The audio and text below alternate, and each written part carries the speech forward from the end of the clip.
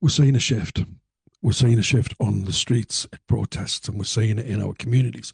And it's not just the same old far-right thugs anymore, because there's new faces showing up. There's familiar faces, grandparents, people who are retired, people who spent their whole lives probably voting mainstream. And they're probably the same ones who raised the kids with decent values, and they don't see themselves as racist. And honestly, they're probably not consciously anyway. But there they are, standing shoulder to shoulder with white nationalists. They're shouting slogans that they probably barely understand, holding placards they didn't make, and they're repeating lines that they've been told from YouTube or GB News. And we have to ask ourselves the difficult question: how did we allow this to happen? And the answer, if we're honest, is uncomfortable. But if we are to oppose it, then we have to face it. Because these people are being co-opted, they're being used, and it's happening on a massive scale. The far right, they've changed tactics. They're not turning up with swastikas anymore. They're turning up wrapped in concern. They're screaming, we're protecting women and children, we're protecting our communities, we're just asking questions. And let's be honest, on the surface, to the average person, that sounds reasonable. Who wouldn't want to protect their kids? Who wouldn't be angry if they believed the pension was being cut, or they couldn't get housing, or they were being silenced for holding an opinion? But we know the truth, because it's not immigrants that gutted the pension. It's not refugees who froze wages. It's not trans kids who made your heating bill unaffordable. We know it's the billionaires, it's the corporations, it's the politicians who care more about stock options than school meals. But the far right doesn't want to fight that system. They are that system's attack dogs. They're just giving people an easier target. They're giving somebody visible. They're giving them someone vulnerable. They're giving them someone else.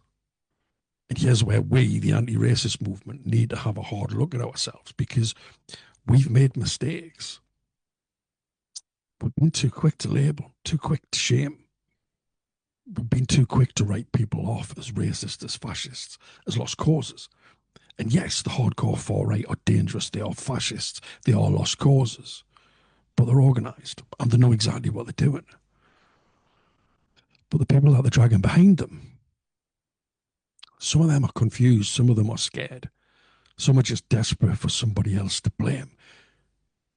And it's all because nobody else is talking to them. And that's on us. We have to take responsibility for that. Because anti-racism used to be about more than just showing up at protests. It used to be about more than just shouting back or posting hashtags and shaming on social media. We used to be in classrooms, in youth clubs, at community meetings. We used to be having real conversations, listening, teaching, offering a different story. Now it feels like all we're doing is shouting across the barricades, while the far right are down there sitting in the local pubs, in the local church hall, having a nice cup of tea. Well, we've become insular. We hold closed door meetings. We argue amongst ourselves. We're talking to people who already agree with us, while the far right are out there talking to everyone else. And that has to change, because this isn't just a culture war. This is a battle of narratives. It's a battle for hearts and minds.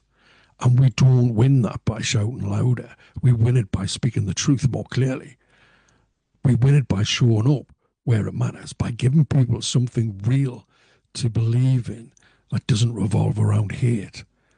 We protect everybody by building a society where everyone is safe, not just the ones who look like us. We build community by fighting for housing, for healthcare, for good wages, for everyone. We don't scapegoat the vulnerable, because that's not strength, that's cowardice. So next time you see a crowd shouting racist slogans, look a bit further. You don't just see a mob. See a battleground of ideas. See people who are in flux. And you have to ask yourself, are we showing up there? Are we giving people an alternative? Or are we just opposing? Or should we be doing something better? Because we don't win by out-hating them.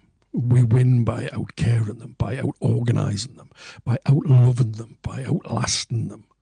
The truth is still stronger than fear,